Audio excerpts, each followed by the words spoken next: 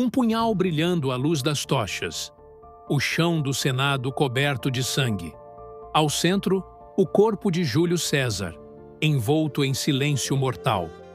Essa é a cena que atravessou os séculos. O instante em que o homem mais poderoso de Roma foi abatido não por bárbaros estrangeiros, mas pelos próprios aliados. Em 44 a.C., em 15 de março, que jamais seria esquecido, a conspiração contra César não foi apenas um assassinato. Foi uma ruptura que abriu caminho para o colapso da República e a ascensão de impérios sem fim. Documentos, inscrições e a narrativa de Suetônio são a chave para decifrar esse momento, pois compreender a verdadeira história de Júlio César é entender a engrenagem que moveu Roma. E Roma moldou o destino de toda a terra. Roma nasceu no coração da Península Itálica, cercada por colinas e protegida pelo Tibre. Não havia ouro abundante, nem terras infinitas. O que havia era posição. Rotas que conectavam o Mediterrâneo ao interior da Europa, terras férteis no Lácio e um rio navegável que ligava campos ao mar. O trigo do Vale do Pó, o sal das rotas costeiras, o vinho e o azeite cultivados sob o clima mediterrâneo, tudo isso alimentou não apenas a população, mas também uma máquina estatal. Roma cresceu onde comércio e guerra se cruzavam. César, herdeiro dessa lógica, soube explorar os recursos como armas políticas. Antes de César, Roma era uma jovem cidade moldada pela soma de povos vizinhos. Dos etruscos, herdou técnicas de engenharia e rituais religiosos. Dos gregos do sul, assimilou a escrita e a filosofia. Dos povos itálicos, a disciplina guerreira e a prática agrícola. O calendário primitivo, os primeiros senadores, os templos erigidos em pedra. Cada elemento foi sendo depositado, camada após camada, até que Roma pudesse reivindicar não apenas território, mas destino. A monarquia etrusca caiu em 509 a.C., dando origem à República. O poder, então, foi dividido entre magistrados anuais, cônsules e senado. Mas era o mito fundador que sustentava o sistema. Roma era livre porque expulsara tiranos e jamais permitiria um rei. Leis gravadas em bronze, estandartes das legiões, o tributo coletado em moedas, todos símbolos de uma ordem coletiva. Mas por trás do equilíbrio estava a tensão constante entre patrícios e plebeus. Um sistema que produzia grandes generais, mas também abrira espaço para homens como César desafiarem o próprio equilíbrio. O primeiro caso é a construção da Via Ápia, iniciada em 312 a.C.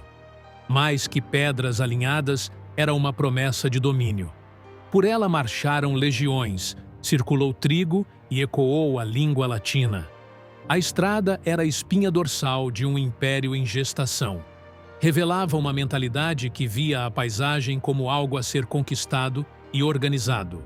O segundo caso é a Batalha de Alésia, em 52 a.C. César, diante das tribos gaulesas unidas sob Vercingetorix, ergueu fortificações duplas, sitiando o inimigo e protegendo-se de reforços externos. Foi uma vitória de engenho e disciplina sobre número e bravura. A consequência foi decisiva. A Gália foi incorporada e César se tornou não apenas general, mas salvador de Roma. Revelava a mentalidade de uma elite que via a guerra como ciência e destino. Na era de César, Roma vivia sua idade de ouro política. Calendário reformado, o calendário juliano, que ainda estrutura nossos dias. Escrita padronizada nos decretos. Arquitetura monumental com mármore importado. 3 cargos revelam o funcionamento da máquina.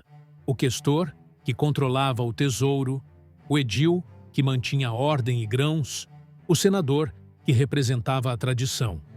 Havia impostos coletados nas províncias, alfabetização crescente entre elites e moedas que circulavam do Egito às Ilhas Britânicas. Roma não era apenas uma cidade, Era uma civilização administrativa. Mas o que significava viver sob César? As ruas eram tomadas por mercados de vinho e azeite. Escravos vendiam-se como mercadorias. Artesãos moldavam cerâmica em oficinas iluminadas por tochas. Famílias celebravam festas como a Saturnália, onde papéis sociais se invertiam por um instante. Uma cena resume: um legionário, recém-chegado da Espanha, compra uma túnica no mercado e paga com moeda cunhada pelo próprio César. Era a mobilidade social pela espada e pelo ofício. Mito comum diz que todos os grandes monumentos foram erguidos por escravos. Mas, na verdade, engenheiros livres e trabalhadores especializados foram a base invisível do cotidiano. Eis César, general implacável, político carismático, escritor de suas próprias campanhas. Ao lado dele, Pompeu, rival transformado em inimigo mortal. Crasso, milionário que financiava ambições. Cícero, voz da tradição republicana. A guerra civil entre César e Pompeu foi o grande divisor.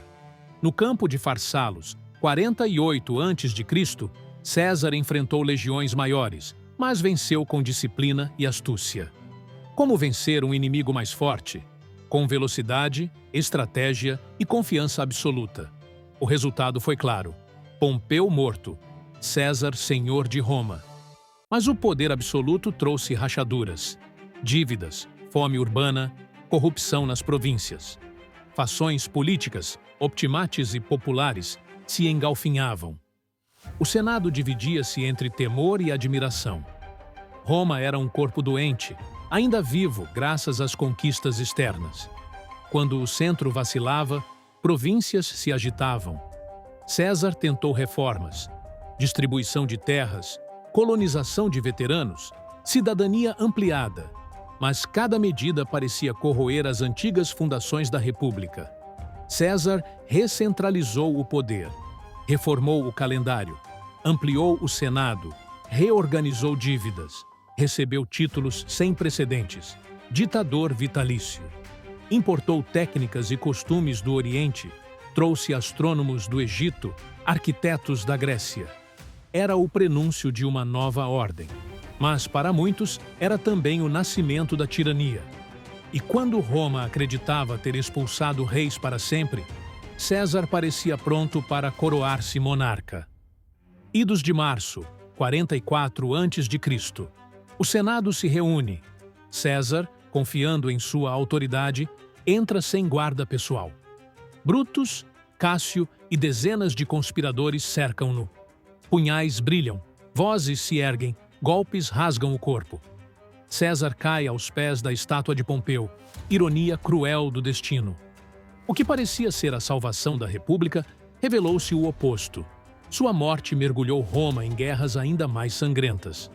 Após o assassinato, Roma não recuperou a República. Antônio e Otávio disputaram o legado. No Egito, Cleópatra entrou no tabuleiro, unindo paixão e política. O resultado foi paradoxal. Ao tentar salvar a República, os conspiradores entregaram Roma ao Império. Otávio, tornado Augusto, inaugurou dinastia.